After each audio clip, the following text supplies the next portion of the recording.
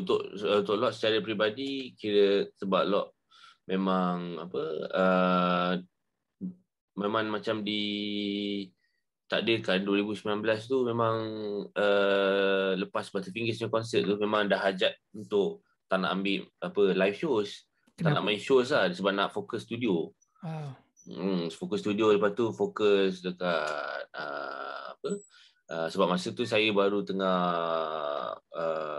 membina studio sendirilah, macam markas lah, dipanggil Makmal Kampung Batu. So location mana? Dekat Jalan Ipoh. So studio tu ialah memang bila nak buat tu memang makan masa dan juga makan banyak tenaga lah. So bila buat tu memang tak boleh buat benda lain lah. Jadi 2019 tu actually dah start lah. 2018 dah start, akhir 2018. So sampai ke 2019 tak siap-siap. Lepas tu dan kemudian saya saya organize Butterfingers punya Transcendence 20 tu. So konsert tu pun memang tak boleh buat benda lain, memang boleh buat konsert je. So lepas konsert tu saya cakap memang nak fokus dekat nak bina studio ni, sebab studio ni kira macam mana pun, pergi mana pun ni kira dia punya markas lah kan. So kalau tak fokus masa nak buat tu, nanti nak buat balik semua cost lagi. Lepas tu budget pun tak ada, capital pun tak banyak kan. So itu yang kena betul-betul fokus. So bila lepas konsert tu memang Lok decide untuk berkurung lah, maksudnya buat studio works lah.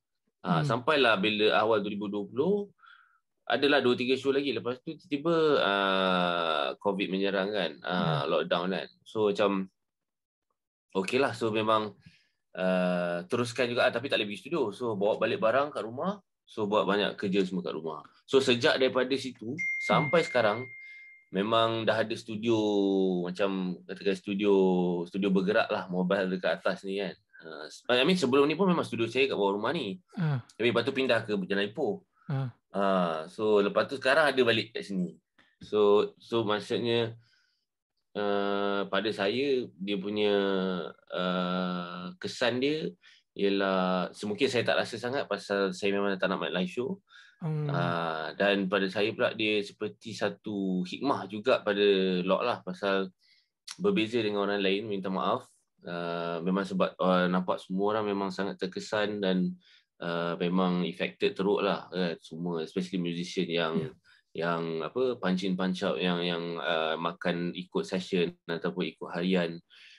So memang terkesan teruk lah, sampai terpaksa tukar bungkus balik kampung pun ada. Ramai lah kawan-kawan saya semua, insyaAllah harap-harap dipermudahkan.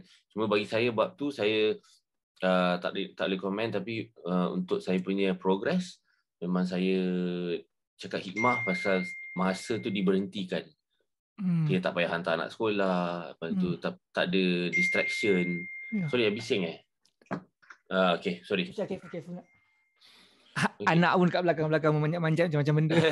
Tak apa kan, okey kan. Tak apa, it's alright. Okay. It's alright.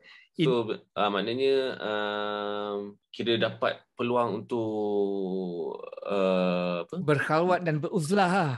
Betul, macam mengasah keris tu lah. Keris di minda tu kan. Macam dapat juga mengenal diri balik. Maksudnya dalam in terms of audio, technical dan pelbagai aspek lagi yang tak sempat digarap. Ada niat nak garap tapi tak sampai-sampai kan. Pasal kita banyak sangat distraction. Nak pergi sana lah, lepas tu nak buat ni lah, besok nak rekod ni, besok nak pergi. Memang benda tu ada je tapi progress dia lambat. So bila start daripada March tahun lepas tu, semua stop, betul tak?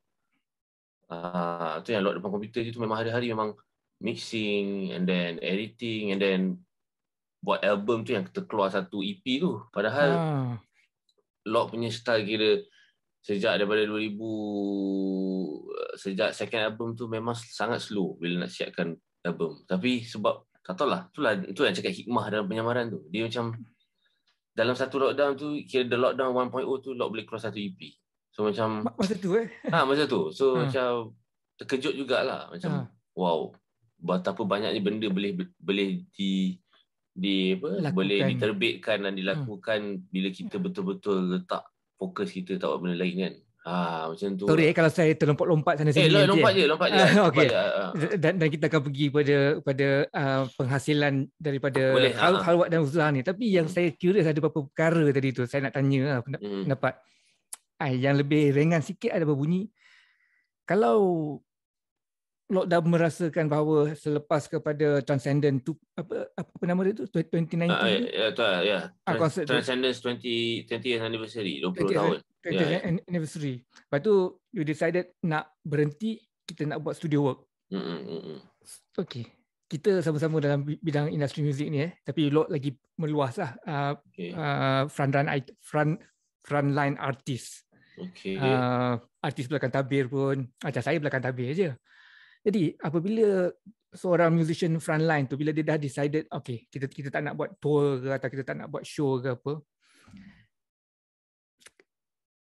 maksudnya Lok sendiri sebagai individual, sebagai penggiat muzik, sudah ada kekuatan kewangan daripada segi royalty ke untuk menampung saat-saat ketika berada di studio je nanti? Faham tak soalan saya tu? Faham, yes. Betul. Sebab Alhamdulillah Lok memang ada savings. Daripada Alhamdulillah juga sejak Monolog punya first album pun memang Lok save up lah pasal nak buat studio dan banyak nak beli barang apa semua kan. So kemudian Alhamdulillah kita orang dapat banyak juga klien base sebab Lok pun belakang tabir juga. Macam Lok buat film scoring dan sebab Lok bukan macam cakap frontline sangat sebab kami bukan frontline sahaja. Kan frontline tu dari segi Lok keluar tempat yang sama macam selebriti lain keluar lah tapi Lok bukan selebriti kan, so cuma tu yang nampak Lok macam di depan sana tapi sebenarnya di belakang pun Lok banyak juga. So Lok daripada 2011 2010 memang Lok buat film scoring banyak, paling banyak lah 2010 sampai 2000 sekali 2017. So memang daripada dulu pun saya pernah borak-borak dengan manager saya pun cakap actually Monolog banyak kita punya kita punya income ataupun kita punya revenue semua tu banyaknya dapat daripada film scoring lah. I see. Sebab ada kerja belakang tabir. So macam saya ada juga buat projek dengan Museum Pahang. Tu pun salah satu juga. Sebab Museum Pahang pula dia pun mungkin dah ada bond tu dengan saya. So daripada 2006 2005 mula dia nak buat projek gamelan ni, album gamelan ni. So daripada gamelan tu dia berpecah ke tempat lain, buat ni pula, buat muzik ni pula, so buat lagu ni pula, buat ni pula. So banyak yang client base jugalah. Lepas tu macam mungkin adalah saya dapat alhamdulillah dapat anugerah macam dapat buat lagu untuk Sukan C dulu. So benda-benda tu semua banyak membantulah dari segi ekonomi dan juga survival demi survival lah. So saya dapat berkarya pun lagi macam tanpa kompromi lah. Saya tak payah fikir sangat macam ni nak buat lagu untuk jual contohnya, macam lagu kena hit kan. So benda tu alhamdulillah saya diberi kemudahan ataupun kesenangan tu. So saya boleh lagi berimaginatif lah untuk fikir buat lagu yang pelik sikit ke ataupun apa yang saya suka kan. Betul.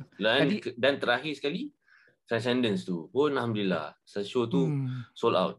Saya rasa tu last show yang rock and roll show lah dekat bukan mungkin dunia tak lah, mungkin negara ni lah. Last sebab betul-betul nak COVID dah tu. COVID tu bulan 12 tu. Sebab lagi Ahmad ke apa dia kata macam tak sebab masa plan dari 2019 minta sponsor semua tak ada semua macam Lok jam degan terus tak apalah sendiri buat lagi puas hati kan. Tu yang Lok pergi lobby jumpa TM apa semua. So bila jumpa tu present kat band cakap 3 bulan je nak prepare tak sempat ni, kau kena kita postpone lah kan, next year lah 2020 March habis. Tapi aku masa tu tak tahu lah maybe ada suara-suara ke ataupun naluri tu, insting tu macam tak boleh nak juga sebab aku nak kejar 1999 2019 tu 20 tahun tu. Jadi itulah antara sebab faktor nak tolak lah kan, nak push for it lah.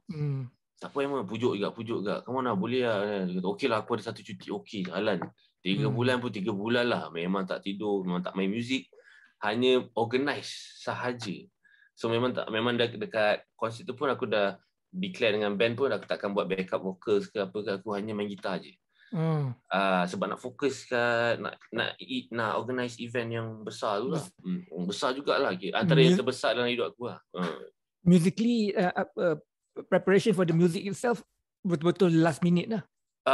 Music memang kita dapat jam. So dapat, tapi nak set up the show daripada Abu. Daripada akar tu kan. Itu memang satu benda yang banyak benda tak nampak lah. Pasal bukan kita nak buat macam gig ke apa. Memang saya pernah buat lah sebelum ni. Masa awal Butterfingers pun memang kita orang buat tour sendiri apa semua kan. Tapi ni memang liga yang lain lah. Pasal banyak pakan kos. Nak sewa stadium, nak sewa aircon stadium. Semua dollar cents. So jadi memang dah expect lah benda tu. Memang dah expect. Itu yang tak buat benda lain tu. Studio pun masa tu terbengkalai. Sebab itu masa tu pun tengah buat. Kan. So lepas tu nak jaga welfare band members, jaga welfare kebajikan pekerja-pekerja semua kan. Nasib baiklah ada team, ada isteri saya semua yang tolong. Tapi itulah, gagahkan jugalah date tu. 9 November, 2 hari bulan November. Kalau bayangkan kalau kita orang postpone bulan Mac, habis lah. Deposit dah bayar stadium berpuluh ribu. Dengan orang yang dah beli tiket semua, habis. Nasib baik lah, Tuhan nak tolong lah tu. Tu antara kenapa saya alhamdulillah boleh lagi sustain lah. Saya tanya soalan tadi tu takut sensitif ke apa, tapi taklah sangat. Sebab apa musician yang tidak sensitif macam mana maksudnya punca pendapatan ni lah perkara yang sensitif. Betul ya. Pasal banyak orang marah sekarang pasal tu. Yang apa yang maksud saya tadi tu, sebenarnya saya tanya soalan tu tadi ialah para musician yang tidak ada kerja belakang tabir dan tidak ada himpunan katalog yang besar untuk punca pendapatan royalty. Betul. Mereka akan tertekan dalam keadaan macam ni. Sangat tertekan, betul. Dan saya kerja belakang tabir kan. Jadi royalty itu adalah penampung asas lah. Betul. Kalau kita fikir pun royalties pun tak berapa. Kecuali kalau M. Nasir ataupun zaman pre Spotify ni semua, royalties memang sangat membantu. Tapi saya rasa di era baru ni, di era new media ni, royalties banyak memang kacang putih lah, kesian lah. Macam Spotify semua kan. Memang sangat tak masuk akal lah sebenarnya bayaran dia. Sekarang ni apparently sedang berlaku perubahan trend yang mendadak tau, yang besar tau. NFT. Sepanjang 20 tahun kebelakangan ni, punca pendapatan royalty yang besar pada kita Malaysian adalah public performance royalty. Betul. Tapi lewat ni disebabkan oleh platform streaming platform. Yes, MACP. Streaming platform dan tambah lagi dengan lockdown di seluruh dunia ni. Trend daripada royalty daripada digital licensing sedang lebih tinggi daripada public performance royalty. Alhamdulillah. Bagus lah. Itu nanti satu hari nanti mungkin kita kena penggiat muzik kena bincang pasal ni. Betul. So maknanya streaming masuk ke MACP semua lah. Betul tak? Okey, sebenarnya dan juga MACP dia kira untuk licensing ni tak? Untuk streaming. So streaming lebih kepada streaming platform lah maksudnya. Ya, streaming platform mendatangkan dua jenis royalty. Satu public performance royalty daripada segi digital. Ya, betul. Satu lagi memang digital licensing. Faham. IP dia lah. Dia panggil broadcast ke apa? Broadcasting royalties. Tapi katalah macam iTunes iTunes disebabkan oleh dianya bayaran mechanical. So tadi tu dia ada dua jenis royalties, yang mechanical tu tinggi. Katalah Spotify, mechanical dia rendah tetapi dia punya public performance royalty, PR royalty dia lebih tinggi. Ini lebih teknikal lah, saya pun belum sedia lagi nak bercakap pasal ni. Tapi yang pendek katanya pendapatan daripada digital licensing dijangka akan membantu. Memang it's about time lah. Dan public performance royalty untuk tahun ni memang untuk tahun lalu memang semua orang mengeluh lah. Memang sangat teruk lah. Itulah dia daripada segi royalty dan punca pendapatan musician. Tetapi nak tanya satu soalan pasal orang kreatif. Kalau kita terperuk di rumah, sebenarnya kerja-kerja kreatif ni kebanyakan masa antara kita dengan diri kita. Ya, betul, berkawat lah. Tetapi apa pendapat Lok? Dia ada jumlah waktu yang terhad juga. Dia tak boleh melewati jumlah waktu tu. Kalau tak, nanti habis. Dia katalah mungkin 4 bulan je yang dia boleh limit. Lepas tu saya memang kena keluar gua lah. Kena keluar gua. Betul. Setuju. Ya. Setuju. Sebab saya rasa dalam setiap perkara pun dia tak boleh terlampau bila kita dah terlampau kusyuk kan, dia dah terlampau letih, dah terlampau penat. So kita perlu ada perubahan suasana ataupun macam reset button lah. Kan? Untuk kita reset kejap je lah kan. So benda tu perlu, sebab saya rasa kadang-kadang bukan tak sampai 2-3 bulan pun, kadang seminggu pun kita perlu juga macam off kejap lah, tutup komputer semua kejap kan. Macam seolah-olah kita ada com lag lah, komputer lag kan, macam jet lag kan. So kita benda tu kita jadi tepu. So mungkin masa break tu mungkin kadang saya mungkin tengok kalau macam lockdown ni memang layan movie je lah kan, layan movie ataupun main dengan anak-anak semua, ataupun buat benda yang lain macam membaca pun pasal teknikal juga, tapi kira kita tak menghadap komputer dan berkarya, faham tak? Walaupun memulas-mulas butang ataupun tukar-tukar komen ke apa semua, tu pun dah kira berkarya lah kan pada saya kan. Jadi kalau kita tak buat tu langsung, boleh, pada saya dia boleh sembuhkan jugalah ketepuan tu untuk beberapa ketika. Lepas tu kita semangat balik. So semangat balik, tepu balik.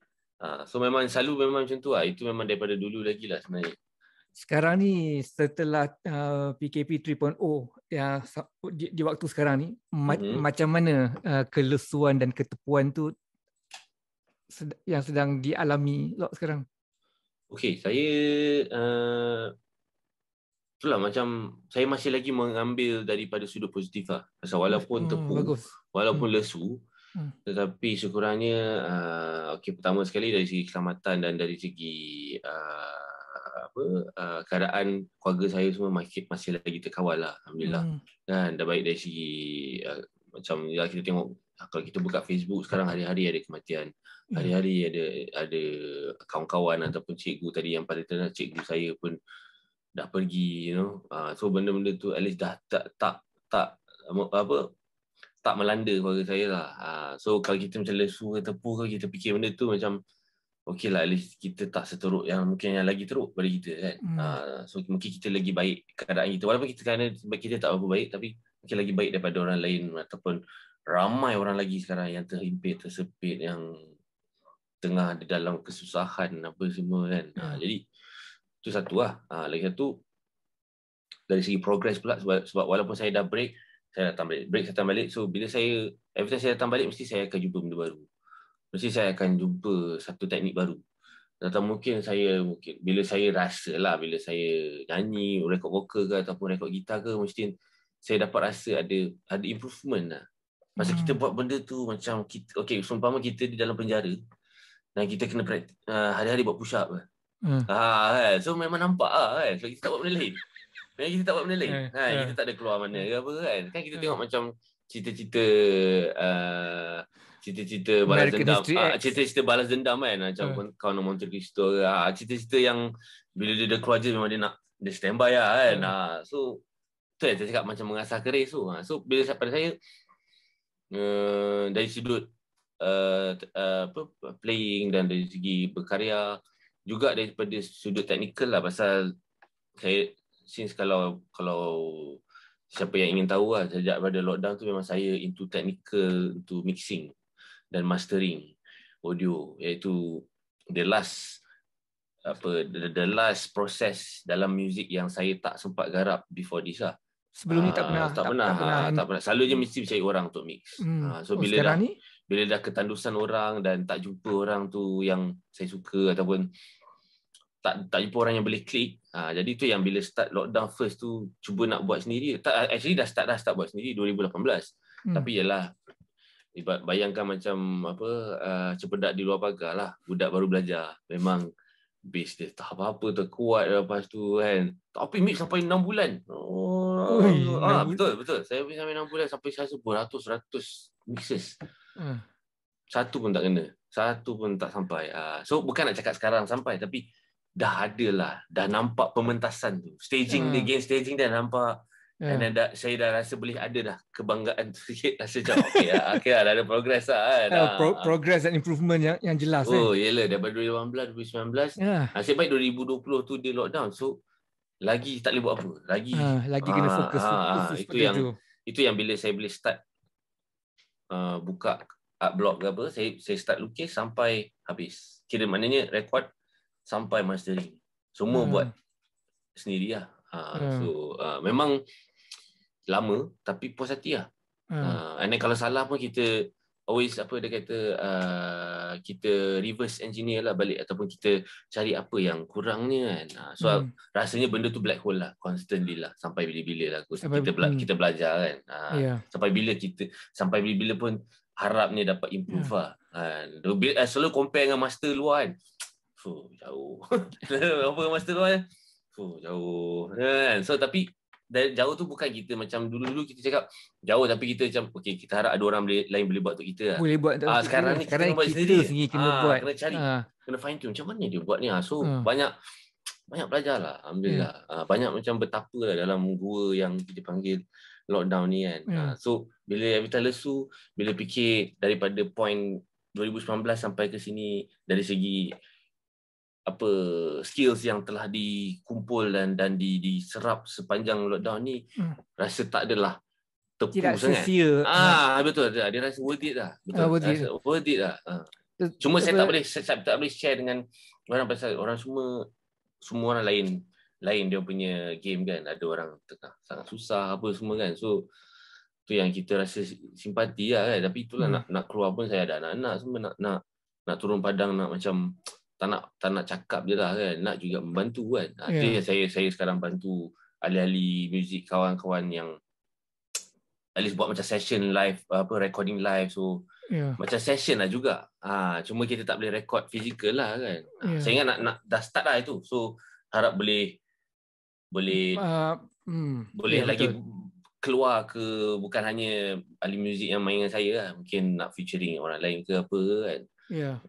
Sebenarnya apa yang Lok cakap tu, inilah masanya yang paling mustahak untuk kita saling bersama dengan cara kita yang tersendiri sekarang ni, untuk saling membantu. Betul. Inilah masa dia.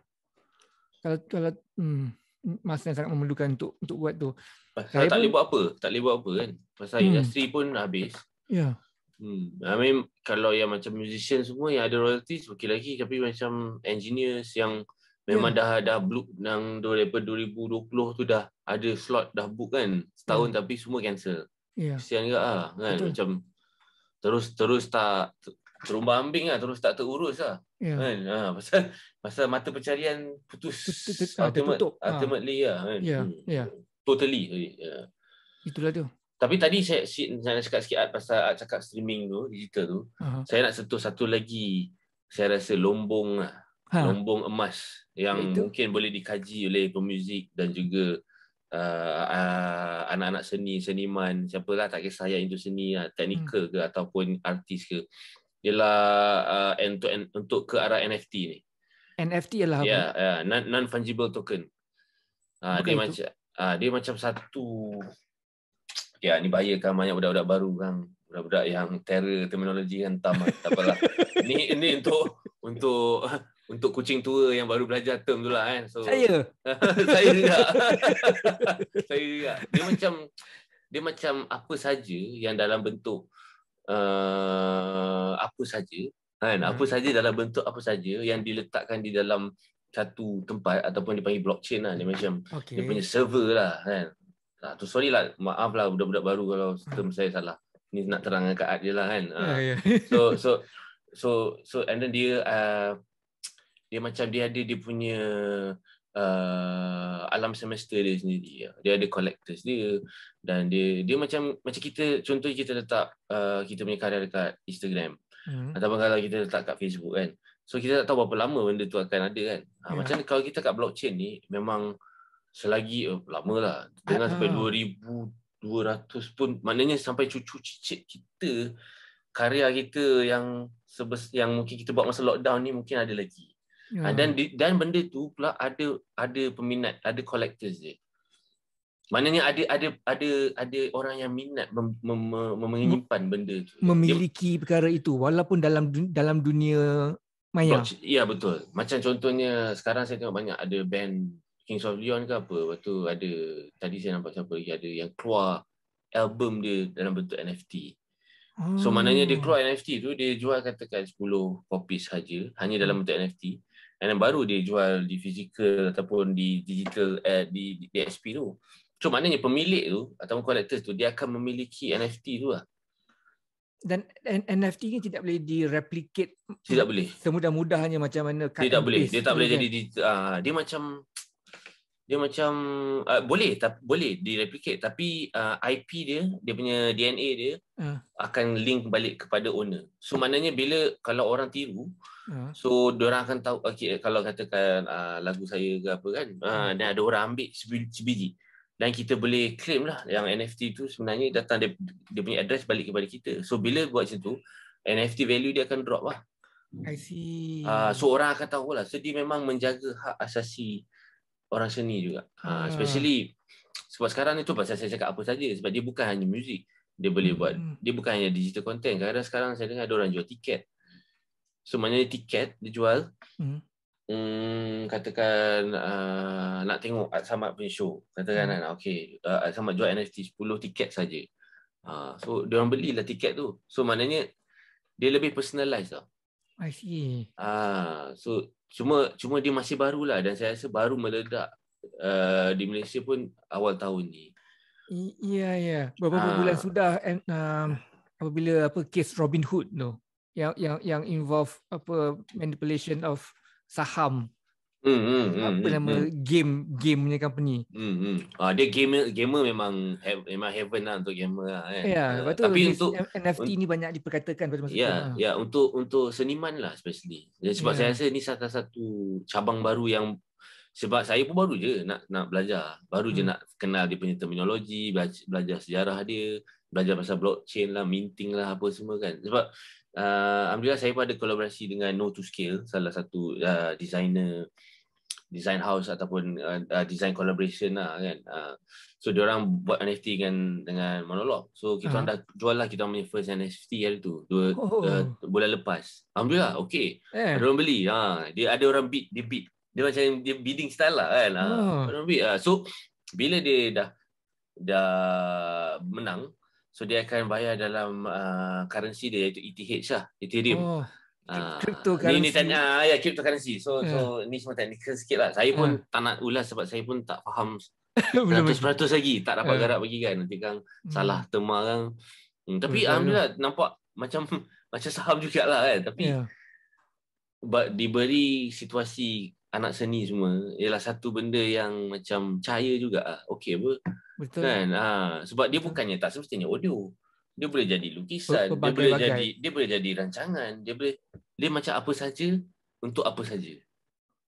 Terlalu futuristik lah. Saya baru juga baca pasal crypto mining, macam orang nak crypto mining, maknanya melombong crypto. Macam dia kata that's the new gold rush lah. Kan? Tak apalah, itu semua topik yang kita tak boleh nak bincang pasal kita tak kurang arif. Kita tak ada pengetahuan. Betul. Tapi sesuatu untuk sajalah nak spread, sebab saya pun ada orang juga yang 2-3 orang juga yang macam sarankan kan, gerak ke sini. Macam ada satu frontier baru lah. Yang saya dengar ada beberapa artis Malaysia pun nak buat juga album NFT. So kita pun plan juga lah. You guys should. Mesti cepat-cepat ambil itu position.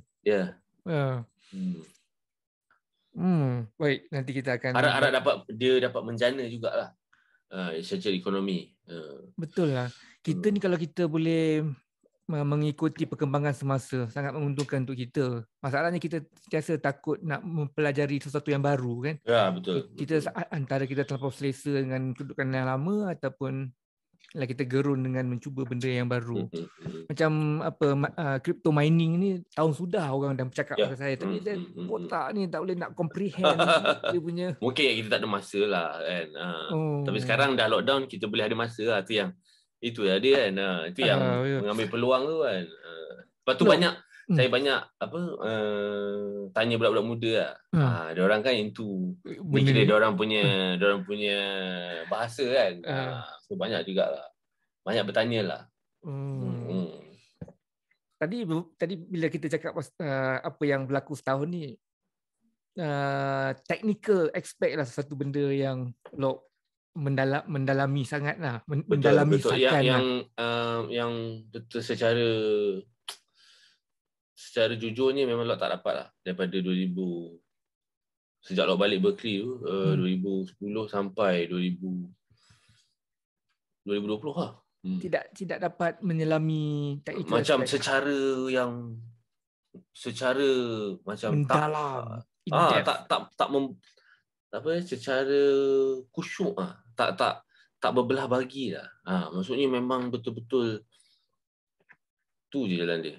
Dia tak ada macam sejak ke sini sebab memanglah banyak benda lain kan. Sejak kena buat show, sejak ada film score, lepas tu sejak nak buat album ni, nak record projek ni, keluar minum teh tarik.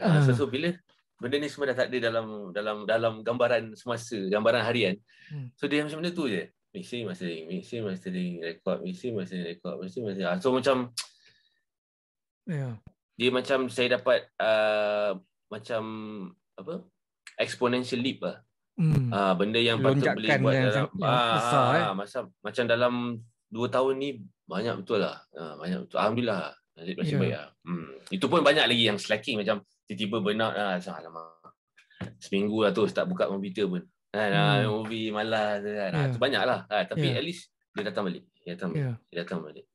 Even bila saya macam katakan, bila saya buat benda teknikal, katakan saya mixing ke, ataupun saya buat benda-benda yang teknikal lah kan. So every time tengah buat tu, kadang ambil juga praktis kan. So macam dia macam 2-3 sekali tau. So memang produktif lah. Tu nama dia, produktif. Betul faham. Alhamdulillah lah saya dapat buat macam tu. Alhamdulillah, tu je. Sangat bersyukur lah. Sebenarnya kita sama tau. Dalam masa setahun Alhamdulillah sama. Saya banyak luangkan masa untuk pelajari, mendalami benda-benda baru ataupun benda yang lama tu. Betul. Lebih tak ada time boring. Sentiasa ada time untuk mempelajari benda-benda sebab baru. kita memang minat benda tu kan. Tetapi okay, technical dengan artistry ni kan. Sebab itu ada di FM punya live pun dengan Shidi that Mushroom kan. Dia pun cakap benda sama. Dia pun cakap benda sama juga. Dia cakap apa? Dia boleh rekod sendiri dah. Dia boleh distribute pakai DistroKid semua sendiri. Benda yang dia tak, sebelum kalau tak lockdown, dia memang tak, dia akan suruh orang buat lah. Ya, pasal itu memang kita punya pemikiran apa kan. Kita sampai situ je. Kita nak buat benda lain lagi kan. Okay, sorry ya. Apa? Okay, technical and artistry. Okay, sorry Bila kita cakap, ini random je nama. Bila kita cakap pasal, katalah saya sebut nama, katalah Manan Ngah contohnya. Apakah Manan Ngah? Pada saya tiba musician, a composer, a musician. Bila saya cakap pasal Fauzi Mazuki, musician. Orang ni accomplished musician. Bunyi takkan sumbang, tepat, cantik, apa semua. Jadi bila kita cakap pasal, katalah saya sebut yang nama, katalah Amy Search, artis. Tapi bisa saya cakap artis dalam erti kata dia yang artis tau, artistik tau, tanpa ARSTI, ARST dia tak ada E kat ujung dia. Bila kita cakap pasal M. Nasir, pada saya dia artis. Dia bukan benda lain dia artis walaupun understanding of music dia tinggi. Mungkin craftsmanship dia terhadap gitar ke apa mungkin tidak tu. Bila saya cakap pasal Lok artis. Saya akan letakkan Lok di tempat artis. Kawan baik saya Aidit Alfian, artis. Saya tak pandang dia musician dulu atau saya tak pandang. Ada sesuatu about terminologi ni yang mustahak pada pemikiran saya nak meletakkan sesuatu orang tu. Masih itu satu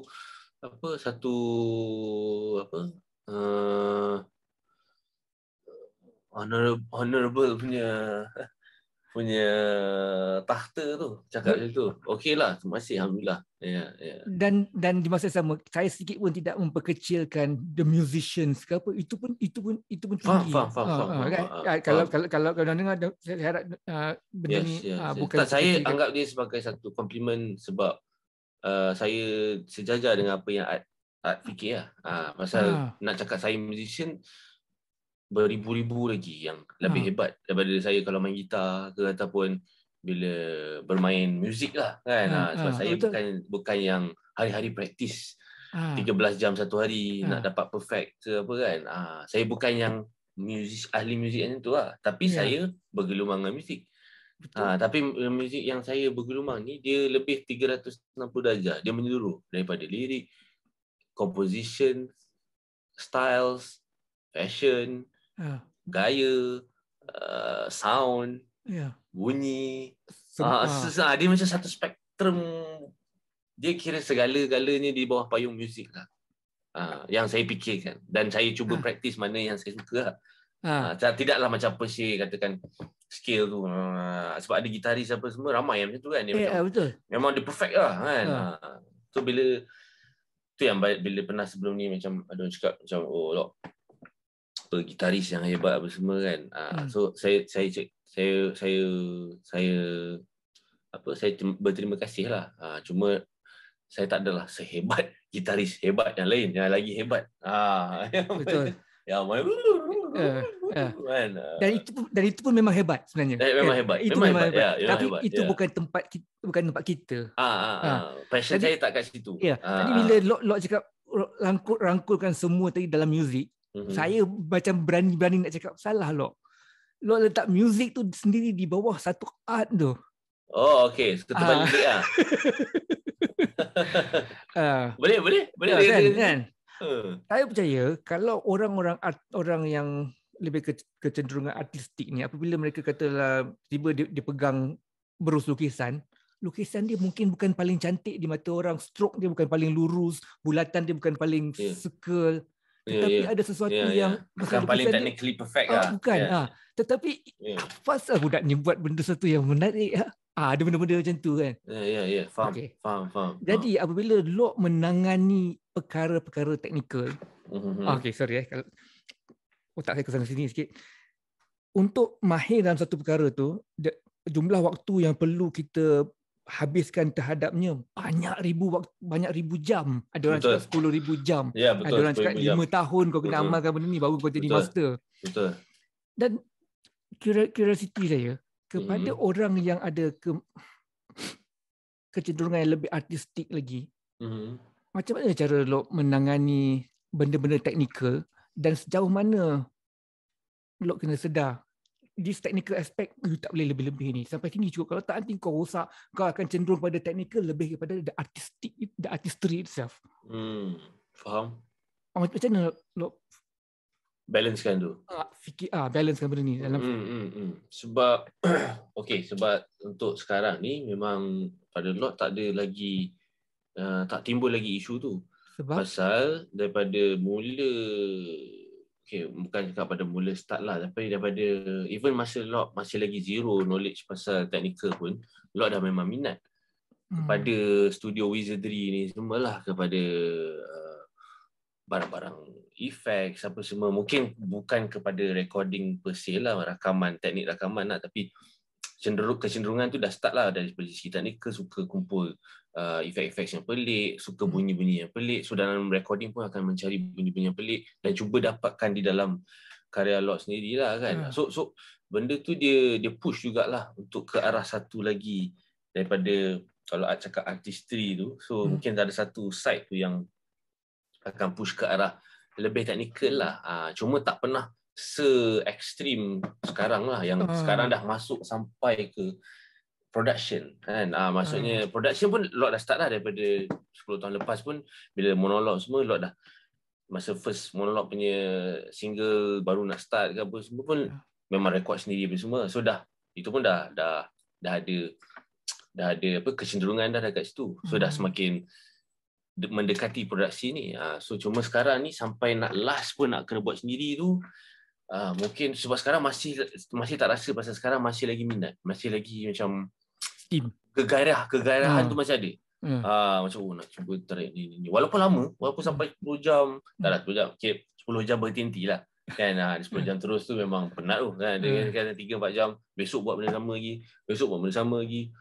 Tak betul lagi tapi dia punya drive tu kan, dia punya gairah tu masih ada. So kalau sampai masa yang saya rasa tak ada tu, mungkin nanti saya bagi tahulah. Setakat ni masih, sebab dia hand in hand.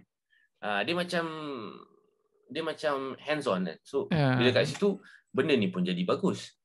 Bukannya benda tu jadi tak bagus, sebab again balik kepada kita punya perbualan tadi, yang saya pun bukan go for Dream Theater punya style of playing apa semua kan. Saya more textures untuk sound. Cuma lately lah ada lot banyak dengar progressive rock dah, macam best juga main speed ni kan. Dah banyak macam dengar King Crimson semua, dah macam dah minat lah balik. Bukan tak pernah ke situ tu. Macam sekarang macam mungkin selepas ni nak try benda baru ni pula kan. Tapi memang technical lah. Memang itu memang kena practice. Ni kena practice, bahagian technical, production practice, musicianship pun kena practice. Craftsmanship je tu kan. Nak apa perfect kan. Macam Robert Fripp tu ke kan. Gila. Tu hasil lockdown juga lah. Explore benda-benda yang kita takkan ter-explore sebelum ni. I mean dah ada lah orang tunjuk, tapi kita masa zaman Transcendence, Butterfingers pun ada orang dah bagi King Crimson, tapi tak gali macam mana kita gali sekarang kan. Sekarang ni gali dengan ilmu. Dulu mungkin gali hanya nak style. Okay kan. Sekarang ni gali apa pasal dia buat macam ni kenapa era ni dia buat macam ni so sejarah lagi kan, seronok. So menjawab soalan Art tadi, saya tak boleh, sebab sekarang ni balance ni masih okey. So saya tak boleh nak cakap pasal belum tibanya masa yang saya tepu dekat dua-dua ni macam. Sebab soalan ni sama juga macam before Lord belajar muzik. Masa ni belajar muzik notation semua, masa Lord by heart kan kita ada stigma yang orang cakap tak ya belajar note ni semua nanti kau jadi rigid lah macam pemain orkestra semua. Kau akan main robot dia semua. Itu memang salah kan? Salah. Itu sayang kenapa tak ada orang betulkan lah untuk saya daripada kecil kan.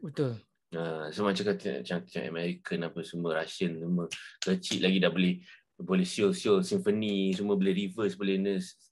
Itu dia punya thinking tu, itu effect dia punya taste tau. Dia punya taste dan dia punya composition, dia punya musicianship. So benda tu yang Lord rasa masyarakat kita perlu ubah sebab belajar teori tu is like belajar mathematics untuk kesenangan masa depan lah. Maksudnya untuk kita nak jadi engineer ke apa kan, kita nak get into, kita nak build, nak bina rumah ke apa, tapi kita tak tahu maths. Contohlah kan. Sama macam muzik, kita nak main muzik tapi kita tak tahu dia punya physics dia. Kita tak tahu dia punya, kita main raba-raba je. Memang formula dia. Memang kena. Kadang-kadang kenalah masa di umur muda mungkin kena. Mungkin tersesuai, tapi lepas tu bila nak evolve yourself, nak jadi chameleon kan, nak jadi sumpah-sumpah, nak berjaya pergi ke sini, pergi ke sana semua, sukarlah. Sebenarnya saya tarik balik apa yang saya cakap tadi tu. Kenapa?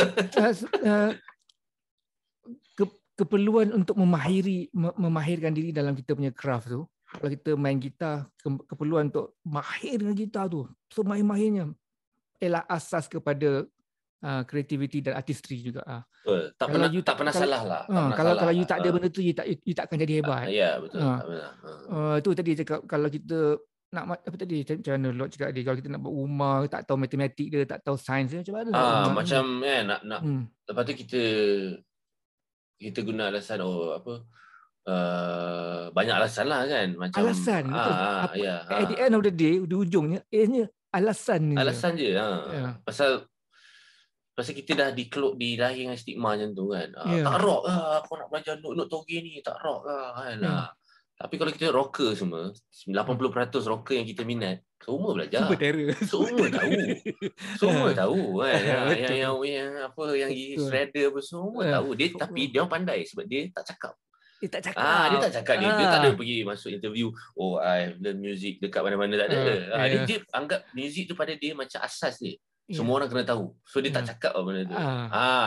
Dia pada dia skill augmented skill ke apa chords progression semua dia anggap macam benda tu semua orang pun tahu. Tak perlu dia nak bagi tahu lah. Tak payah cakap lagi dah. Yes. Betul. A-listers di barat, katalah Adam Levine pun memang asas dia pasal benda tu semua dah cukup. Ariana Grande ke baik. Dia tahu semua benda tu. Dia tahu. Drama John Bonham, jazz player, tahu. Confirm tahu. Dia bukan dia bukan sombrero je lah. Sombrero mungkin peringkat awal dia terlibat tu dia sombrero lah, macam Beatles ke apa kan. Awal-awal tu dia, tapi dia hentam pun. Dia upbringing dia dah tahu. Dia dah main piano kat rumah. Dia dah tahu scale, major scale, minor scale, dia dah tahu apa chord semua kan. So bila dia membesar, bila dia into music, katakan dia dah dipengaruhi apa substance ke apa 70s rock semua kan. So benda tu lagi lah semua keluar. Habis. Benda dia dah belajar daripada dulu semua. Kecil-kecil kan. Lepas tu dia belajar lagi. Dia belajar lagi kan. Dia belajar. John and Paul memang ada piano daripada kecil kat rumah. Ada instrumen. Tu yang jadi itu yang lepas ledakan LSD tu jadi The White Album semua kan. Sebab dia dah lagi dia break lagi from the norm kan. But itu semua saya pada berasaskan kepada teori dia yang kukuh lah. Dia ada benda tu. Betul. Dia ada benda tu. Dia bukan main tam je. Betul. Dia bukan main tam je. Confirm lah. Betul. Pasal dengar macam ini memang memang I mean most of the band yang kita suka lah. Confirm. Lagi-lagi yang tak kisahlah yang famous ke, yang tersohor ke ataupun yang mempunyai followers ramai ke, mesti ada some sort of backup fundamentals tu, asas tu betul. Asas tu memang dah ada lah. Dia tak sembrono. Tadi tu saya terkeliru dengan soalan tadi tu sebab apa? Kadang-kadang kita apabila kita ada kemahiran pada satu tempat tu dan kita terlupa untuk ini teknikal ni. Now keluar daripada teknikal tu. Engkau boleh cakap keluar daripada teknikal tu sebab apa? Engkau dah mahir teknikal tu sebab you can break the rule. Yes, betul. And then you don't want to play with that rule anymore. You want to create new things, and then that is become you become seorang yang lebih complete sebagai seorang artis tu kan. Seorang kreatif. Sebab sebab masa saya belajar dulu ada this dekat Berkeley dalam lu ambil apa? Saya ambil serious music, composition dengan apa nama course tu lagi? Music synthesis. Music synthesis. Maknanya digital dan electronic music lah. Maksudnya dia cabang daripada composition jugalah sebab dia ada dua. Satu jazz composition dan satu lagi composition. So lot ambil yang composition. So lebih kepada film scoring dan lebih kepada serious music ataupun experimental music lah. Sebab kat sana jazz tu dah kira mainstream. Berkeley semua jazz tu kira mainstream lah. Siapa boleh main jazz? Rozan kan. Rozan semua Berkeley punya poster boy lah. Dulu Rozan Razman kalau dia tengok nanti orang kampung lah. Rozan Razman, Datuk Mozani semua tu kira sebab so lot lebih kepada yang gelap sikit lah. Film scoring tu, yang composition, yang jenis atonal music yang lot tak pernah dengar sebelum ni, maksudnya tak pernah tahu pun akan ada term atonal music kan. Yang memang mana boleh macam tak apa. Betul? Kat atas habis. So macam post-tonal music yang lot tertarik lah. Lot tertarik sebab bila lot tahu Oh, sebab bila kita cakap sini, kalau kita tahu pasal klasikal je kan. Apa? Mozart, Beethoven. Kan ada Haydn. Kan yang orang suka kan. Rupanya dia punya akar dia, lepas era klasikal ni, lepas era romantik ni semua, dia pergi ke yang lagi jahat lah. Dia sudah dah masuk post romantik, lepas tu dah masuk expressionism, impressionism, ism ni semua memang lot suka lah. So sebab dia macam tak tahu lah, lot memang minat lah. So tu yang membantu lagi lah lot ambil composition tu. And then dia punya goal tu of course untuk boleh gubah untuk orkestra berapa piece pun boleh lah kan. So memang itu goal lot lah, sebab nak make sure boleh khatam lah.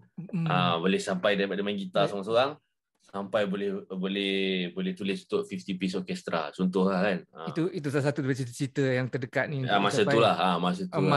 Selagi tak dapat tu memang jalan lurus je lah. So ada composer Russian ni cakap kat Lok. Lok cakap pasal benda ni lah. Tu dia kata imagine kau nak break the rules kan. Dia kata music theory ni macam tu lah. Tapi kau nak break the rules tapi kau tak tahu rules tu apa. Macam mana kau nak break? Dia kata macam seolah-olah kau kat traffic light. Kau nak langgar traffic light tu kan, tapi kau tak tahu traffic light tu kat mana. Contoh lah kan. So tu yang macam okay, style lah kan. Russian punya composers memang sangat nasionalis lah. Sangat nasionalis. Sebab Lok tulis Lok punya composition semua dalam bahasa. So kata-kata tika terbang apa. So dia tanya watch this, tika terbang. So magic flying carpet. So it's good that you write in your own native language lah. Dia kata kan, at least you're not trying to be like McDonald's ke apa. Dia cakap itu kan. So macam saya kan. Lagi semangat lah kan.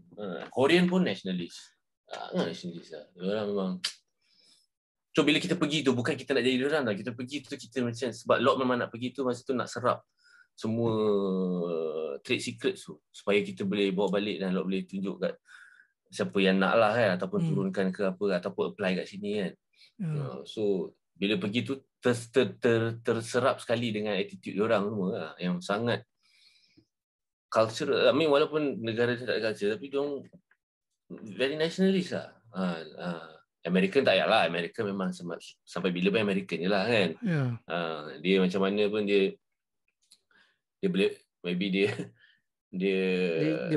tercorot dalam kelas ke apa, dia kata dia lagi gempak daripada Korean. Itu memang lah, itu perangai dia kan. Orang Korea tu sampai berhenti praktis piano, makan praktis boleh piano, still dia rasa dia lagi hebat. Itu memang tak apalah. Koki. Biarlah kan. Although bukan semualah. I'm just saying kalau kau boleh explain diorang ni semangat kan. Bangsa dia, semangat negara dia bicara dia kan. Guys dia tu Yes, betul. Itu kita boleh buat satu topik lagi lah. Panjang cerita kat sana. Banyak Lok belajar lah. Sebagai nak tutup yang ni, banyak orang yang saya kenal Mat Rock yang mana western culture and influence mempengaruhi usia muda dia, usia formative years dia, remaja dia. Betul. Lepas tu bila diorang travel luar negara, diorang balik diorang jadi Melayu. Betul. Confirm. Kan? Betul. Abang Yue contohnya. Yes, dia berapa tahun dekat New York. Tapi dia balik hebat. dia kemelayuan dia lagi. Cara dia cakap pun best. Cara cakap tu. Lok pernah berang dia itu sebelum COVID lah. Ada satu filem patut nak buat tapi tak dapat. Grand Brilliance tak luluskan. Dia tak ambil cerita tu. Patut dia direct lah. Tapi cara dia cerita tu. Tapi best dia cakap satu benda lah. Mungkin boleh kongsi lah kan. Sebab ni Yue yang turunkan lah. Yang Lok rasa boleh kongsi kat semua orang lah. Pasal dia punya craft karya, betapa dia walaupun dia memang nak survival dan nak of course kita semua nak commercial apa semua kan, tapi dia menjaga maruah karya dia. Dia cakap apa, kalau nak abang direct ni okey, macam mana ajak aku naikkan balik. Okey, boleh, abang boleh bagi filem ni yang terbaik lah, maksudnya sepenuh jiwa raga lah dia bagi kat filem tu. untuk jadikan dia world class lah contohnya. Jadi world class ataupun memang filem yang setanding lah dengan filem-filem luar ke ataupun filem-filem critically acclaimed lah kan. Tapi satu benda itu abang boleh janji dia kata. Tapi abang tak boleh janji penonton kat sinema. Tak boleh jadi penonton sinema dari segi maknanya dia tak boleh janji human behaviour lah. Dia tak boleh janji taste manusia. Lagi-lagi Malaysian punya taste. Faham tak? Penerimaan. Ya, betul. So maknanya dia tak boleh janji sebab kadang-kadang bila orang hire kita untuk buat filem ke atau buat lagu apa, confirm lah lagu ni boleh masuk muzik-muzik ke apa semua. Faham tak? Betul tak? Macam tu lah kita punya klien biasa punya thinking lah kan. Dia tahu dia nak buat tu untuk mencapai satu tahap yang pada dia tertinggi lah. Kalau kita punya tertinggi mungkin lain, lot punya tertinggi lain, lot punya tertinggi mungkin orang yang moved by lot punya karya tu dah cukup tinggi lah pada lot. Tapi mungkin UA pun rasa macam tu. Tapi kadang-kadang certain klien ataupun certain marahan mungkin dia orang fikir ataupun klien ni lah kan, corporate ni ataupun yang selalu commission lah kan, dia fikir bila dia dah spend tu dia nak benda tu se-commercial yang boleh lah kan. So commercial is selalunya berbalik kepada cita rasa penonton lah, penonton untuk datang suka kan. So tu Yue cakap lah, dia kata dia tak janji benda tu, tapi dia janji filem tu dengan sepenuh jiwa raga dia akan bagi yang terbaik. So ada dua benda yang berbeza situ. Faham tak kan? Betul. Sebab macam katakan orang minta Lok produce lagu kan. Macam level lagu tu tak hit. Orang tu marah kan, macam kalau sebelum ni lah kan. Ada juga ada band yang macam bila dia sign dengan Lok tu dia expect bila sign dengan Lok tu lagu Lok tu confirm orang boleh confirm orang boleh terus macam kira macam bypass button lah. Sign dengan Lok je terus boleh naik sampai radio semua keluar. Tak semestinya kan. Tak semestinya. Banyak faktor lah. So bila Yue cakap tu macam seriau juga lah. Dia dah awal-awal dia cakap macam tu kan. Betul, setuju. Harap make sense lah. Tak tahu. Sangat make sense. Cumanya macam mana dengan cara koherennya, dengan cara articulate-nya nak merumuskan apa yang diperkatakan ni. Sebab maknanya dia separatekan quality dengan commerciality. I mean commercialism. Rasanya lah. Quality tu maksudnya dia punya tahap piawaian dia lah. Dia punya QC dia tu kan. Dia kena melepasi standard piawaian untuk tu. Dia. Untuk okey. Kan. Tapi tak semestinya yang melepas si QC tu commercially acceptable. I mean commercially successful. Oleh general public. Siapa pernah cakap kadang-kadang masalahnya kadang-kadang kita terlalu jauh meninggalkan pengikut kita. Kita terlalu jauh. Itulah tu sampai orang tak ikut dan kita sedar kita lari seorang ke depan. Gerombolan yang ramai ni. Okey, kita kena masukkan topik yang ni dulu. So jadi sepanjang 1 tahun ni dalam tempoh PKP, Lok tetap menghasilkan beberapa perkara. Boleh Lok ceritakan projek yang terbaru ni tak? Lok masa last year Lok keluarkan Perang Halimundan EP yang mana Lok buat dekat semasa lockdown lah. So keistimewaan EP ni ialah antara album ataupun EP yang paling cepat Lok pernah produce. Menghasilkannya paling cepat? Ya, betul. Berapa cepat-cepat tu? Maksudnya dalam 3 bulan. 3 bulan Lok boleh keluar macam dalam berapa lagu? 6 lagu, 7 lagu. So macam satu benda yang yang ajaib lah untuk Lok. Pasal kalau Lok memang Lok punya barang sampai sekarang pun ada yang Lok rekod 2014 tak keluar lagi. Dan 6 ni dibuat dalam masa 3 bulan apabila lockdown. Lok tahu dah siap. Kan masalah kita ialah bila kita nak cakap siap tu kan. Ya, itu. Itu betul. Lok telah sampai satu peringkat yang cakap dah siap. Ya, betul. Nak sampai peringkat tu yang mengambil masa lama kan. Nak sampai peringkat tu nak being able to tutup projek tu yang mengambil daripada 2018. Lok belajar sorry lah daripada 2011 lah senang the art of finalizing tu. Itu yang itu yang sebenarnya disiplin yang paling susah untuk lock lah. Lock tak boleh cakap untuk orang lain lah. Tapi untuk lock, itu problem dia. Sebab dulu, je kau nak bincang teknikal sikit lah. So dulu, kalau lock production, lock memang akan macam rekod lagu macam, okay, 1, rekod 2, rekod 3, sampai kadang 10 lagu. Tapi tak tengok the end game dia tau. Tak tengok the big picture dia tau. Semua kita, sebab kita tak mix kan. Kita tak mix, kita tak master. So kita selalu macam, okay, kita boleh buat ni sound ni macam ni sikit lah. Yang ni macam ni sikit lah. So banyak tau. Dia punya palette dia banyak. End up terbengkalai lah.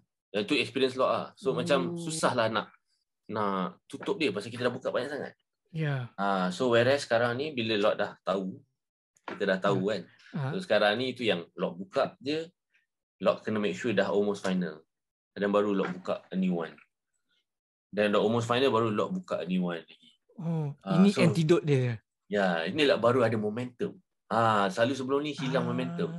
Rekod best, rekod sekali, okey biarlah. Okey, rekod lain pula. Tapi yang tu, alamak. Kita tak letak 100% kat situ. So lepas tu alamak, nak tukar ni lah, tukar tu. Itulah panjang lah cerita. Jadi cerita jadi panjang lah. Cerita jadi panjang dan kadang-kadang kita tepu. Itu baru tepu yang tak best. Baru tepu yang tak seronok pasal benda lama yang menghadap lagi. Kan? So benda tu pun dah tak segar di telinga kita. Whereas sepatutnya lah kalau diberi peluang ataupun diberi peluang kedua untuk kembali ke sana, is to record and to try siapkan se-final yang boleh. Baru move on. Dalam satu time frame yang tertentu. Betul, dalam satu momentum tu. 3 minggu ke tak kisahlah, 1 bulan ke, tapi satu je. So betul. In a way kalau disebutkan dari segi warna pun, kalau siapa yang minat audio kan, dia ada warna lain-lain lah pasal playing kita time tu lain sikit. So the next month, the next playing tu lain sikit. Tu yang best. So Lock rasa macam tu lah. Banyak band buat jugalah. Ini antara perkara yang penting yang Lock berceritakan ni. Pasal creating benda. Saya rasa ramai orang macam ni. Saya ada banyak novel yang tak habis. Kenapa? Sebab kita tidak fokus kepada novel yang satu yang untuk dihabiskan tu. Dalam satu jangka masa tertentu. Almost finish kan dia. Almost kan finish je. Tak perlu finish. Almost finish je. Baru kita proceed pada benda lain. Betul. Bila kita bukan proceed pada benda lain, baru kita tak hiraukan dia langsung. Yes, betul. Kalau kita, biar dia. Bila once kita dah miss the momentum, kita nak balik pada dia balik. Nak catch up balik, betul. Saya sokong. Dia punya tone, dia punya zone, semua dah berbeza bila kita approach dia balik kan. Setuju. Kebarangkalian besar dia, benda tu takkan menyawa balik. Ya, betul. Sebab adanya tu is mungkin kemahiran untuk decide tu. Itu yang kemahiran untuk decide nak finalize tu pun mengambil banyak fokus lah kan. Sebab macam mana Lock boleh sampai kepada mengerti perkara ni? Itulah pasal last year tu lah, yang 2020 tu, yang sejak lockdown tu. Kemahiran to decide kemahiran to decide. Hanya untuk mendisiplinkan diri untuk tutup. Itu je, tak buat benda lain. Nak cakap, okay, ni dah. Okay, macam last stroke lah, painter kan. Okay, sign nama dia kan, last. Okay, dah. Macam tu kan. Itu pun makan tahun lah. Untuk sampai ke disiplin, untuk master the art of analyzing tu pada Lock lah. So akhirnya Lock bukan apalah, macam akhirnya alhamdulillah lah Lock jumpalah dia punya area tu. Area dia pun still banyak boleh belajar lagi daripada area tu kan. Tapi kita dah sampai level tu lah. Maknanya lagi satu, mungkin satu benda yang kena compromise is kita tak boleh nak dapat yang seperfectnya lah. Satu benda yang kena compromise, kita tak boleh dapat. Ya, betul lah. Sorry lah kan. Memang kita manusia tak boleh nak dapat seagung yang tu. Pada Lock, kita dah paling agung tu, okey lah, cukup lah. Mungkin itulah takdir dia. Apa pengajaran dia kat situ tau? Humility kan? Humility. You are only seorang manusia. Ya, betul. Pasal itu pun mungkin salah satu faktor yang kita terlampau pressure kan. Karya ni kena betul-betul agung. So bila dah fikir tu, kita tak nak tengok pun benda tu. Faham tak? Dengan harapannya satu hari nanti kita akan tengok dan kita akan habiskan. Tapi sebenarnya kita tak tengok dah. Dia punya momentum tu lost. Kita rasa receh nak buat balik, takut spoil lah, dah cantik lah ni kan. Katakan kita dah buat dia punya first, katakan Art buat novel, maybe Art dah buat dia punya tulang, dia punya motif dia kan. Nak kena godek lagi. Alamak, takut lah nanti, mungkin kalau godek nanti cerita dia tak best kan. So benda tu yang faktor tu, macam Lock buat lagu, dah record drum, bass, katakan gitar. Nak letak vokal semua, vokal ni semua kena yang lagi baik. So bila kita fikir tu, bila kita nak buat tu? Tu je. So itu yang Lock tak buat dah sekarang. So maknanya sekarang renyah ke leceh ke, jalan je dulu. Jalan je, try je kan. Sebab dalam tu mesti ada yang best. So baru kita try. Okay lah, ni cukup lah. Okay lah, sampai almost final. At least dah tahu sampai, kira untuk proses rekaman untuk Lock, dah sampai vokal semua lah, dah nampak, dah ada rough mix. Okay lah. Dah macam kalau lepas ni datang balik pun, tukar-tukar sikit je lah, ataupun tukar elemen terus kan. So cantik lah jadi dia, flow dia. Alhamdulillah lah. Apa yang Lock cakap ni pun saya belajar masa PKP ni juga ni. PKP lah. Banyak benda macam ni. Tadi takut ni benda yang real menghalang kita daripada buat segala benda tau. Betul. Kita dah buat lirik, punyalah banyak lirik, tetapi the next lirik yang kita nak buat nanti ni, contohnya the next lagu yang kita nak kena compose lagi satu ni, apa yang menghalang kita untuk buat yang satu lagi tu? Takut tu. Takut tak sehebat yang sebelum ni. Itu selalu. Ada satu orang yang mengajar saya macam mana nak menangani takut ni lah. Nama dia Vernon Cadiz Jolie. Dia adalah Ning Bazura punya manager lama. Okay. Dia cakap, you know what that is or not? Dia cakap, what? Ego. Ego. Kenapa engkau takut? Ialah kerana engkau punya ego. Engkau takut orang tak suka, engkau takut kau malu. Takut malu. So itu ego tu. Kau punya takut tu berasal daripada ego engkau, malu engkau. Takut malu, takut kalah, takut semualah. So, takut gagal. Takut gagal So fuck it lah. Buat. Buat lepas tu mungkin tak kena buat lagi. Tak kena buat lagi. Itu je lah. Itu dia jalan keluar lah sebenarnya. Daripada tunggu nak dapat telur emas tu kan. Kita buat je telur. Mungkin insyaAllah salah satu tu telur emas lah. So balik pakai. Daripada kita just menunggu nak buat telur emas ni. Macam mana nak buat telur emas ni? Macam mana nak buat? Tapi lagi kita tak buat apa. Kan? So itu yang saya apply sekarang lah. So by practicing ataupun by doing apa yang kita gairah buat, tak semestinya kita akan ke belakang lah. Padahal kita akan progress. Mungkin yelah, itulah macam tu cakap lah kan. Mungkin karya yang kita buat tu mungkin mediocre. Tapi bila kita dah buat 2-3, so mesti ada yang salah satu dalam mediocre tu yang setanding dengan apa yang kita buat sebelum ni, ataupun mungkin lagi bagus. Kan? Sekurang-kurangnya at least slightly outstanding. Betul. Malah jauh lebih outstanding. Betul. Mesti punya, sebab kita manusia kan, kita practice benda tu je, kita perfectkan dia kan. Macam Lord rasa macam even the legendary composers ke apa ke, banyak kot dia punya lagu dia yang tak menjadi kan. Kita tak nampak. Betul tak? Saya nampak banyak kali. Antara komposer yang terhebat dekat Malaysia ni, nama dia M. Nasir. Banyak lagu dia. Dan hampir setiap hari dia akan pergi ke studio dia mencipta lagu. Sekali dia duduk dalam studio dia, tak tahulah 3 ke 5 ke 10 lagu dia bikin. Kan? Bukan semuanya. Jadi bukan semuanya. Tetapi setiap hari dia ada 10 lagu baru. Ya, betul. Itu pasal dia berjaya. Pasal dia berjaya. Pasal dia buat 10 satu hari. Dia bukan menunggu untuk buat hit. Macam ni. Okay, macam mana aku nak buat hit kan lah. Tapi dia buat 10. Itu kena cerita tu kan. Kena kongsi tu cerita tu. Siapa yang terror kat Malaysia ni? Dia buat macam tu. Okay. Ajai. Ajai ialah seorang yang kemaruk nak main muzik. Ajai ialah seorang kemaruk nak buat lagu. Jadi dia akan pergi ke studio dia setiap hari buat lagu. Bukan semua lagu hari ni 10 lagu ke 10 lagu pakai. Mungkin lagu yang satu lagu daripada 10 kali 7 pergi, lagu minggu depan tu yang dapat tu. Dan mana lagu yang hit tu, itu yang menjadikan Ajai, M. Nasir, Aidil Afian. Betul.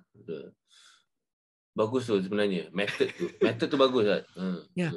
Ni bila cakap pasal method ni sebenarnya dia seiringan tadi dengan teknik, dengan apa yang kita perbincangan tadi tu kan. Kita tak boleh just lepaskan pada untung nasib kita ada bakat. Tak boleh. Kita kena spend a lot of time ilmu, practice, technical. So basically semua ni palette ni semua kita kena garap.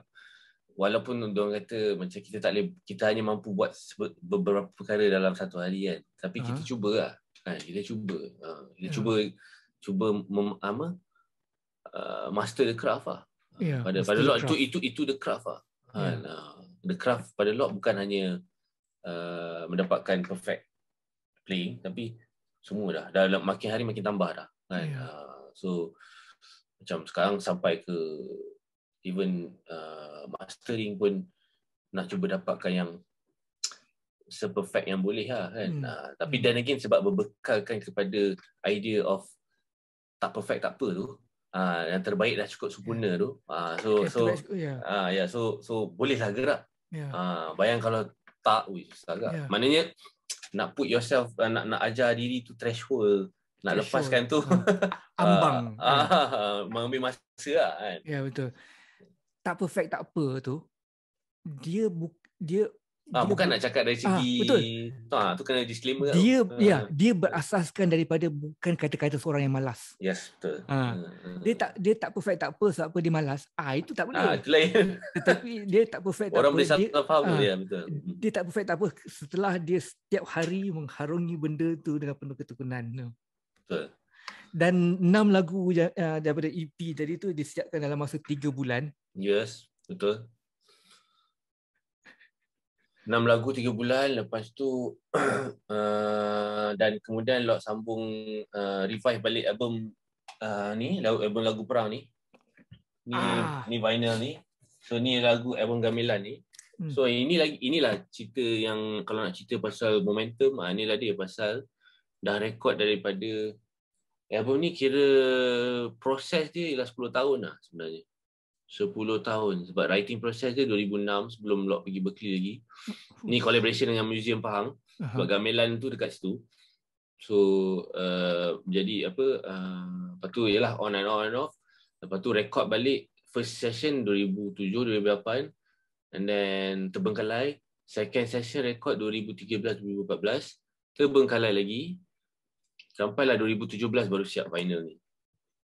So maknanya lepas tu Lot rombak lagi sekali sebab 2020 tu Lot dah terbuka banyak benda. So Lot remix balik the whole album untuk jadikan CD dan digital sekarang. So ada 2 version lah. Satu vinyl version. Dan satu lagi is CD ataupun digital version. So dia double album. So dia ada 19 songs. Double album lah. Dua-dua vinyl pun double, CD pun double. Yes. Maknanya ada 2 disc. Dua side, yes. Ada 4 side. Yeah. Ini idea asal dia 2000 permulaan buat kerja ni 2006. Betul. Macam mana keinginan ni sampai untuk buat benda ni? Dan sorry kita cakap sebagai seorang yang buat benda idea tu memang dah macam bulat-bulat turun, aku nak buat macam ni, sesuatu yang macam ni ke silakan. Macam mana Lot sampai mula nak buat lagu perang? Sebenarnya hasil buah fikiran Encik Farid. Dia sebenarnya pengarah Museum Pahang. So lepas Butterfingers buat album Selamat Tinggal Dunia, dalam album tu memang kita ada rekod gamelan, tapi kita orang pakai gamelan Jawa dekat Synchro Sound dulu. So gamelan Jawa tu macam miniature set lah kot. So kita orang nampak gamelan tu, memang Lot sentiasa curious lah buat gamelan ni, tapi tak pernah berpeluang nak mendekati gamelan ni. So kita orang ambil gamelan Jawa tu, kita orang rekod lah kat dalam studio. Kita orang buat macam kena Beatles sikit lah, river sikit apa semua kan. So jadi mystical lah, best lah. So bila keluar album tu, selepas album tu dapat call daripada Museum Pahang ni lah. Dia kata Lot berminat tak untuk bersama kita untuk produce satu album yang fusekan modern punya muzik dengan gamelan. And not sebarang gamelan, tapi gamelan Melayu. iaitu gamelan yang datang daripada Riau ke Pahang 200 years ago. Sebab scale dia lain. Scale dia tak macam scale Jawa. Scale Jawa pelok scale kan. Ni dia pentatonic scale.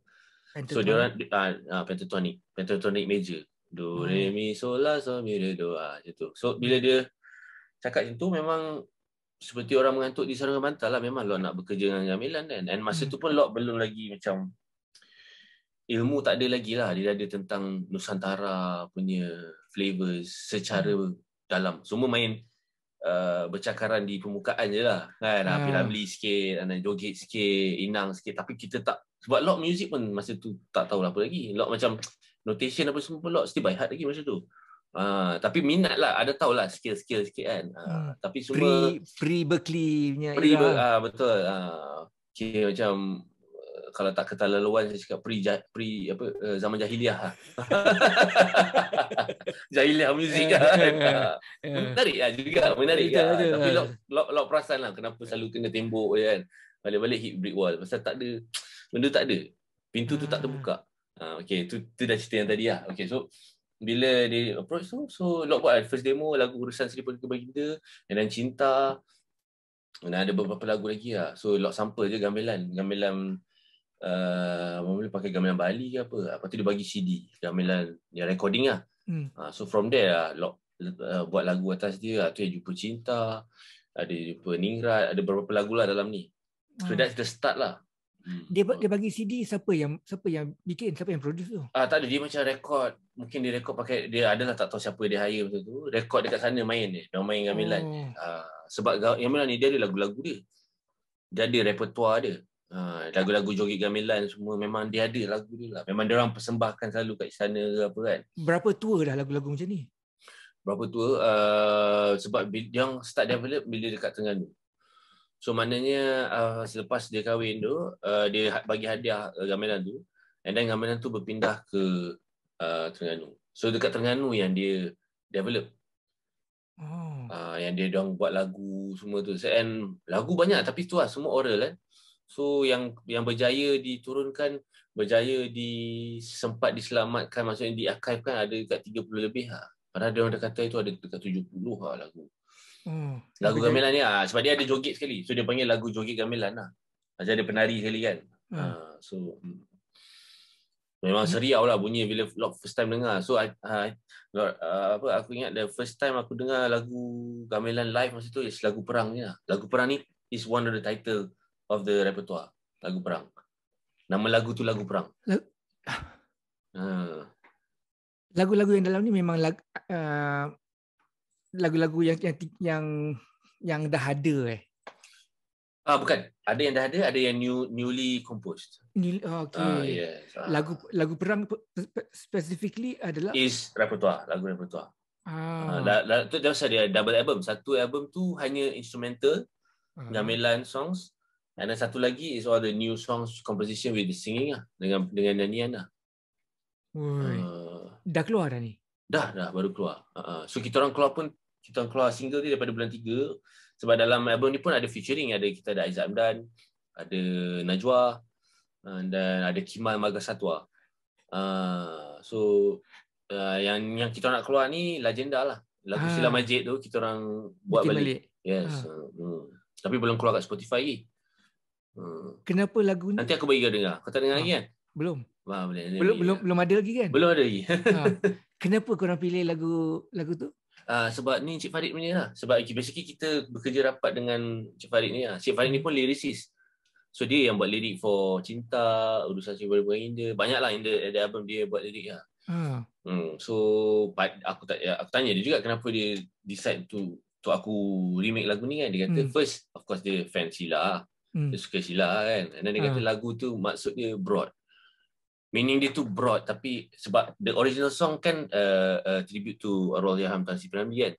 So pada dia macam dia boleh tribute more. I mean to go lagi general of the word legenda tu. I see. So and then of course ada this version ada gamelan. So gamelan tu kira by itself is a legend jugalah kan. Pasal that's the only gamelan yang dekat Tanah Melayu ni, dekat Malaysia ni kan. That's why aku panggil dalam album tu gamelan Melayu pasal skill dia. Dia bukan gamelan Jawa. Gamelan Jawa lain. Macam lagu M. Nasir, lagu Keroncong Tak Ana, lagu yang Puteri Gunung Lelang tu apa? Bagai Sakti. Yes. Itu semua skill Jawa. Gamelan Jawa. Itu gamelan Jawa. Gamelan kita ni memang skill kita sendiri. Ya, memang skill ni. Yes. Tadi apa? Pentatonic. Betul ni. Dia macam lagu Cina sikit. Do re mi sol la so dang dang dang. So dia 5 note tu kan, so dia main kat situ je. Tapi sebab bunyi dia dissonance, so dengan teknik dia orang tu memang distinctively seriau jugalah. Seriau. Especially dia main lagu perang tu kan, dung dung, batu gong kan, dung dung dung dung, memang dark lah. Dark tapi pentatonic major tapi dark. Best. Best memang.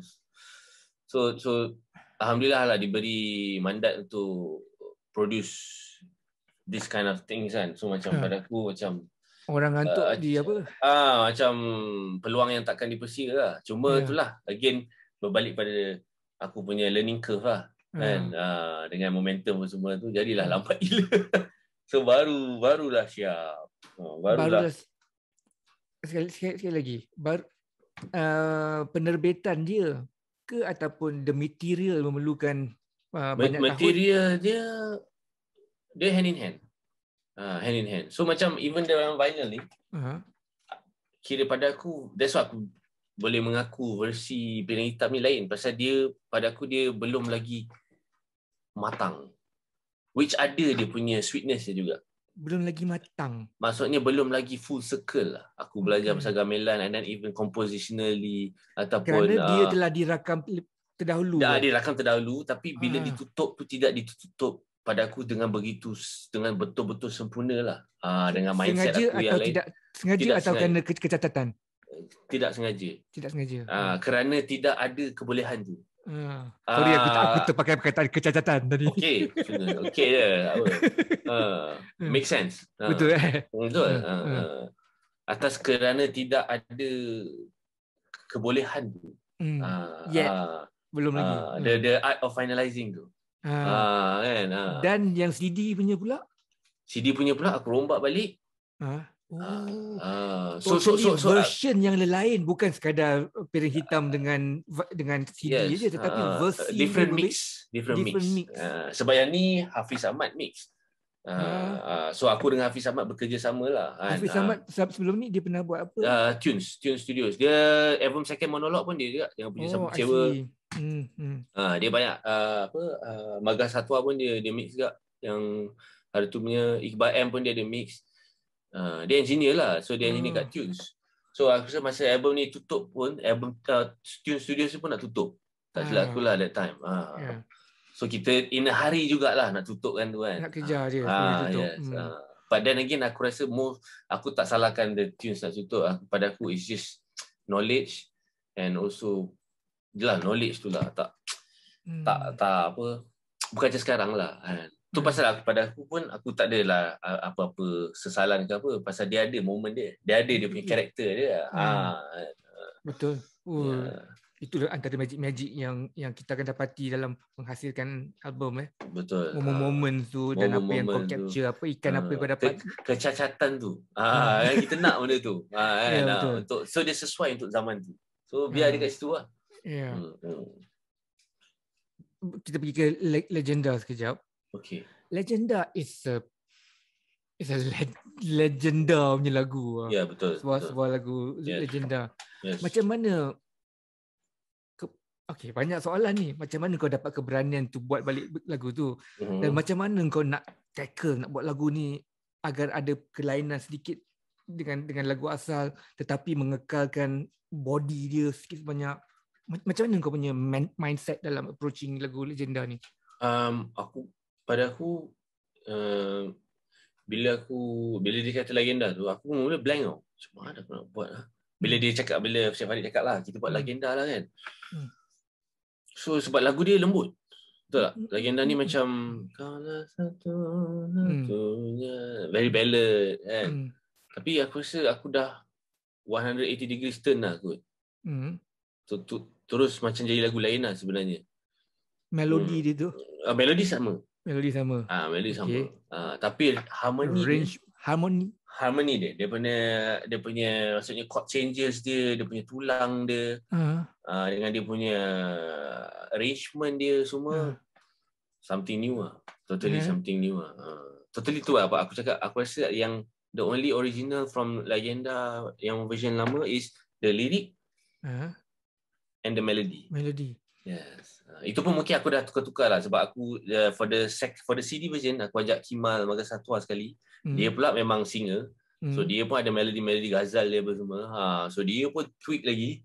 So dia jadi dia lagi like is pada aku lah.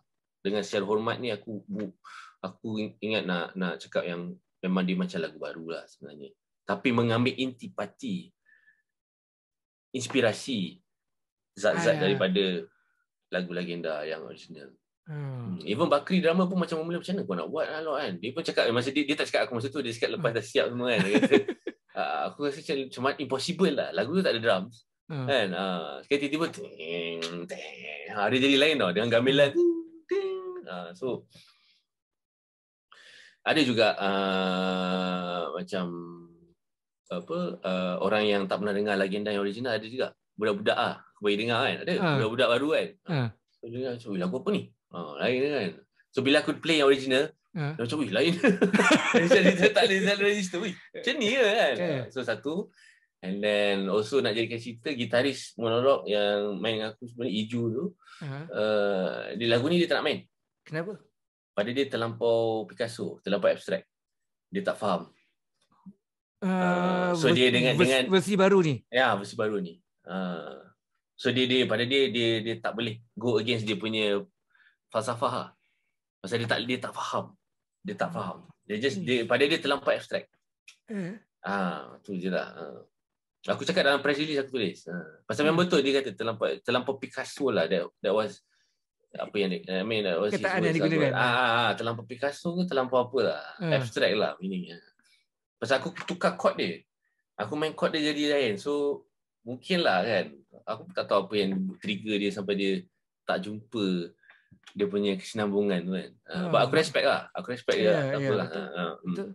To admit. So aku rasa kalau dia pun tak boleh, maknanya akan ada ramai lah orang yang akan question lah.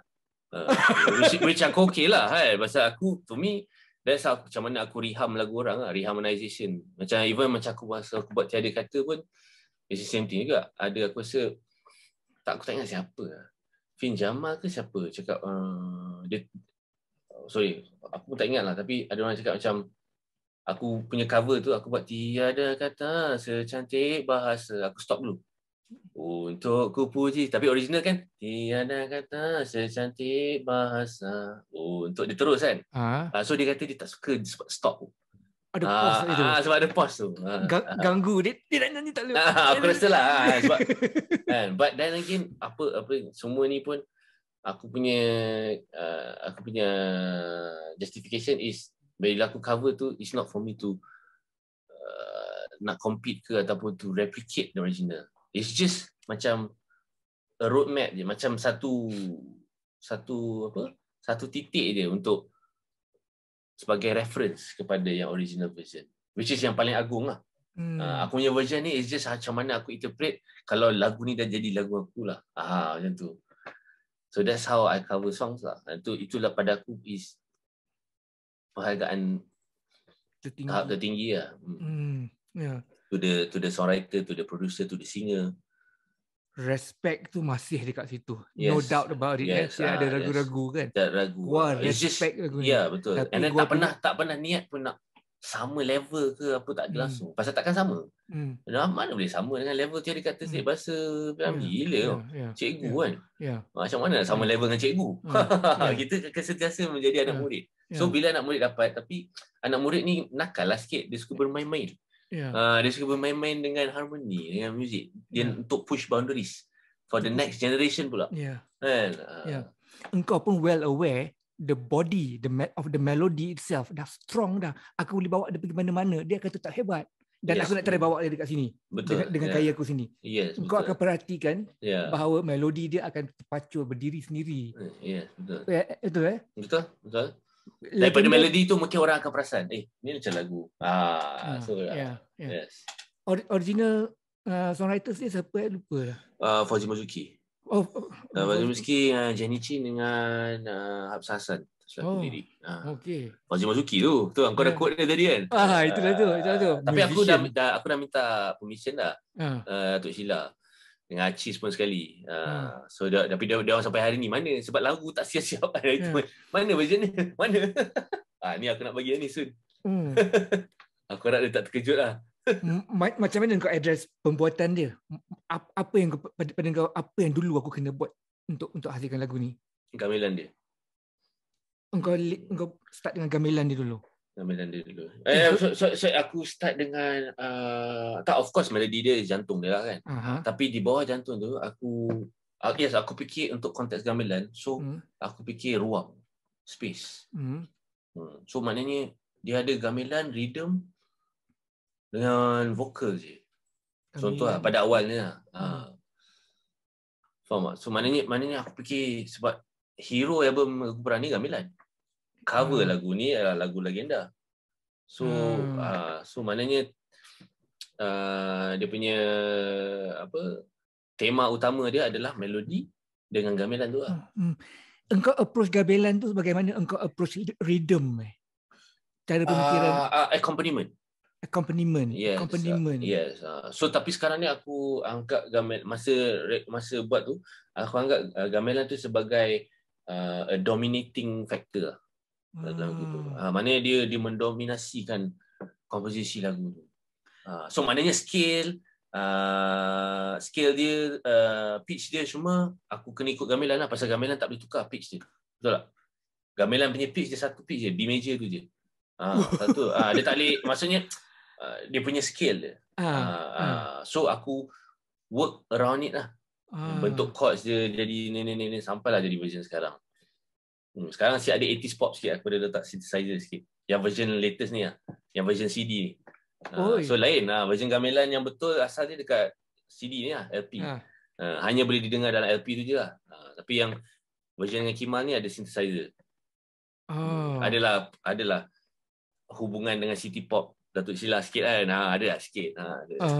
Homage lah to the lady kan.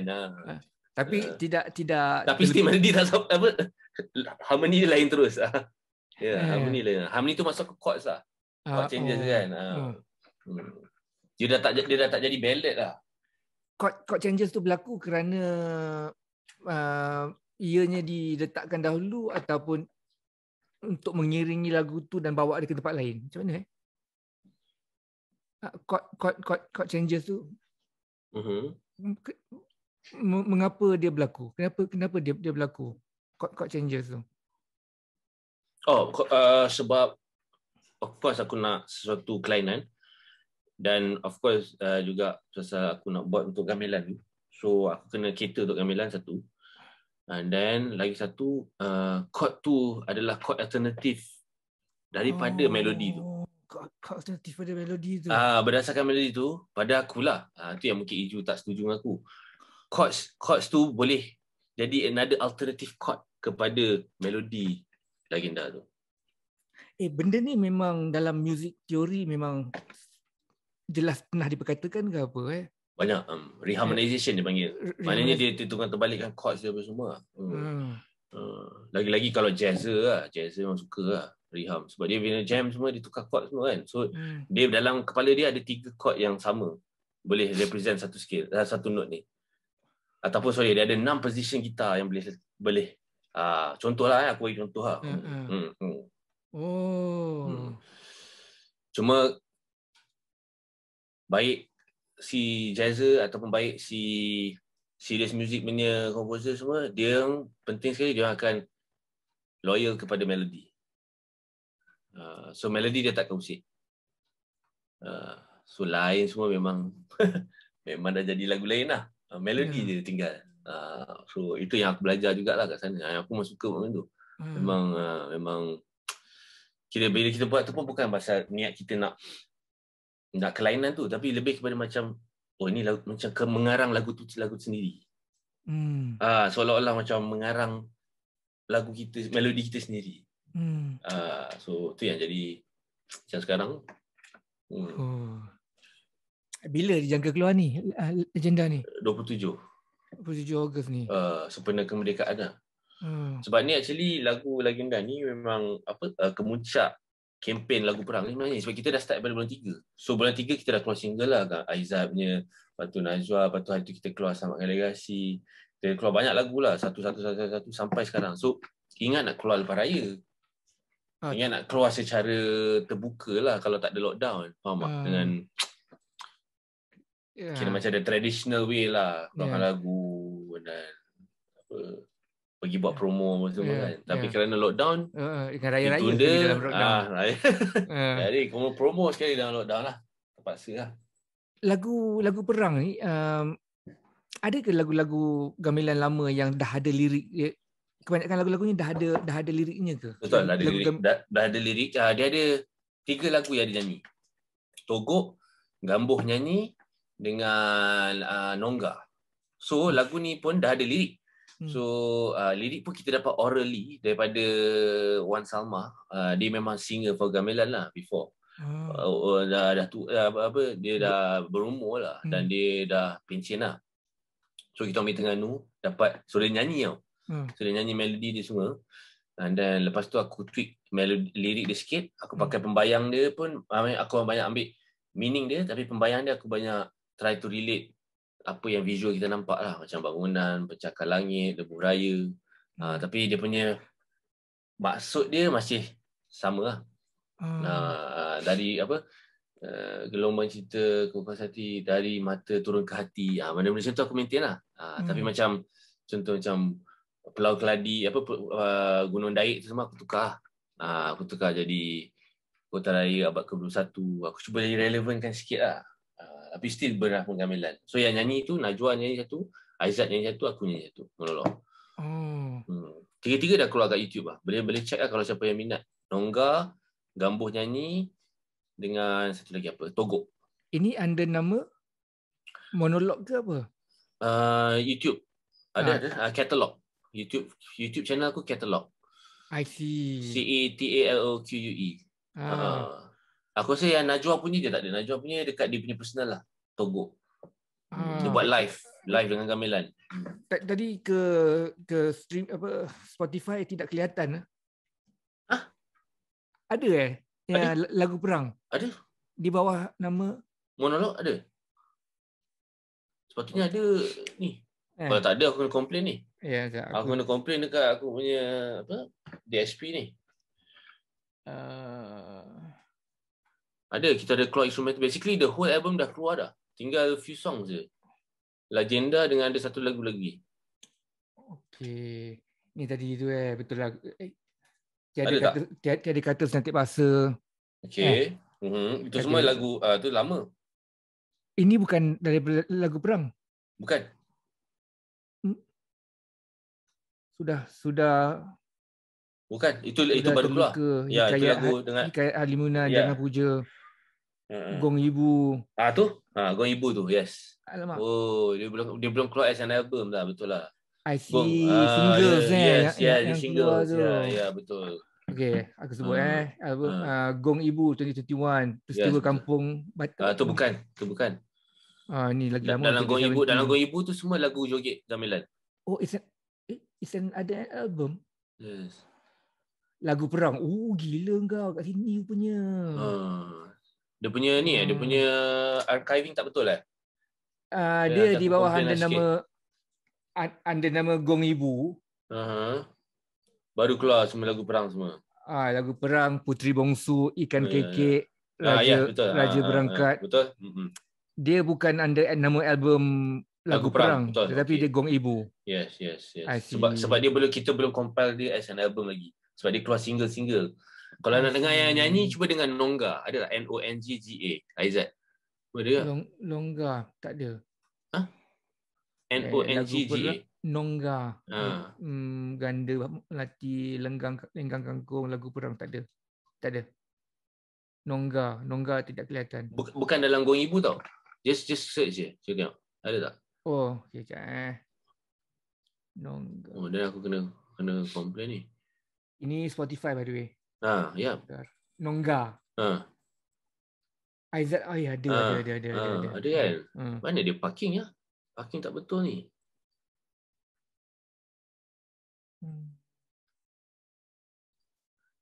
Modern instrument boleh main dengan gamelan Boleh. Tapi on key satu tu.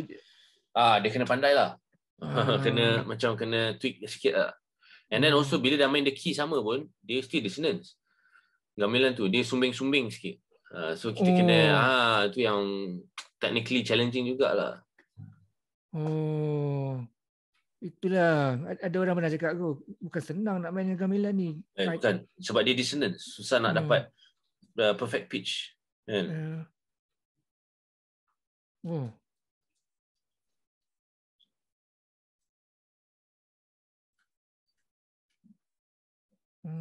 Nongga ada, nongga ada, togok ada, gambus nyanyi ada. Dia gamelan dengan vokal je. Dia tak ada instrumen lain. Ya. Tak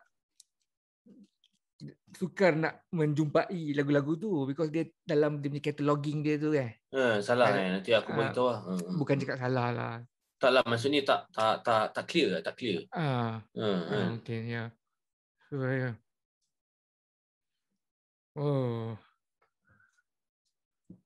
Lord, terima kasih banyak-banyak spend time. Okay. Ya. Okay. Dengan harapan mungkin di masa yang lain dapat lagi kita berbual panjang lagi. Baik, boleh. Mungkin ramai orang sebenarnya expect untuk tanya pasal Butterfingers, pasal benda-benda. Sekejap. 1 minit. Apa dia? Nak habis dah. Ya, okey. Sekejap. Anak dah panggil. Okey, faham. Tak apa. Okey, apa cakap ni? Mungkin ramai orang expect perbualan kita akan pergi kepada Butterfingers. Banyak sangat dah. Betul. Banyak sangat dah orang nak tanya benda tu. Aku tengok tadi, benda ni semua banyak ni. Banyak conversation yang macam tu. Bukan apalah, tapi aku okey lah kan. Tapi every time live mesti orang tanya. Mesti orang tanya pasal Butterfingers lah. Dah memang itu memang macam hidup aku kan. So okey dia. Tapi bagus lah ada sisi lain. Kita berat benda lain kan. Mungkin orang pun nak tahu juga apa selepas kan. Lagi-lagi sekarang lah dia buat tu lockdown yang sukar ni kan. Di masa hadapan ni harap antara benda yang kita boleh perbualkan tadi, sound right owner, perbadanan muzik, publishing. Mungkinlah di masa yang lain. Ini betul masukkan sekali NFT lah. Boleh kita bincang juga. Ini betul titik tolak daripada interview-interview yang kau dah buat selama ni. Aku Lo ada cakap pasal sound right owner because ada lagu-lagu yang korang tak boleh nak. Yes, betul. Benda ni semua mustahak dan penting. Dan engkau ada kedudukan yang istimewa untuk memperkatakan perkara ni. Betul. Satu hari nanti kita akan ni. Boleh. Lo, thank you so much. Okay. Terima kasih banyak. Masih. Aku sangat enjoy. Betul lah boleh perbualan yang berilmiah kan. Sangat. Betul. Tapi dia pembincangan yang berilmiah dan tapi menarik. Kan? Kita pernah engkau punya hasil kerja, aku berangan macam aku punya hasil kerja tidak pernah popish. Kita tidak pernah go for popish. Kita nak go for something else. Bukan different ke apa, something else. Dan exactly this is what apa yang berlaku. Masih. Tapi kita perlu ramai lagi lah yang ke arah for a lack of a better word berilmiah lah kan. Intellectual lah, bukan nak cakap kita naik. Tak ada. Intelek apa tak maksudnya. Benda tu dah hilang sikit lah kan, nampak. Pasal kita layan benda-benda viral, benda-benda yang for lack of better word juga cetek sikit lah kan. So kita nak kembalikan juga intellectual ni sebab bangsa kita dulu semua intellectual apa, pantun semua tu kan. Semua tu very, kita memang intellectual. Bukan yang kita buat-buat kan. Kita bukanlah masuk intellectual Einstein ke apa. Tapi kita punya peradaban tu, the culture tu kan. Tu yang aku nak, tu yang banyak juga aku mencari jugalah kan, sejarah kan. Sebab orang kita tu memang, sorry to say, seni kita, tengok kita punya culture lah kan. Tengok betapa kayanya dan agak intellectual lah. It's not something yang kita boleh kan. Dia bukan pasar lah. Dia banyak pemikiran di dalam karyanya tu. Betul. Tadi antaranya aku nak mention juga, siapa nama tadi aku nonton kau berbual dengan dia 3 orang. Tauge something nama Tamo Tauge. Tamo Tauge. Lepas tu aku tonton yang tu dia banyak cakap pasal Melayu lah kan. Bagus tu.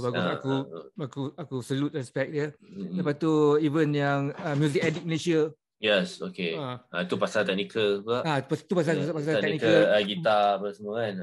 Kau punya perbualan banyak aku tengok tu, aku so happy to see those kind of conversation diperkatakan. Dan kau berada di tengah kancah tu. Sebelum kau kena marah dengan anak. Tak, okey. Aku dah kata 5 minit tadi. Garang ni. Orang lagi dah turun dah bagi signal. Okay. Thank you so much. Nanti kita berhubungan.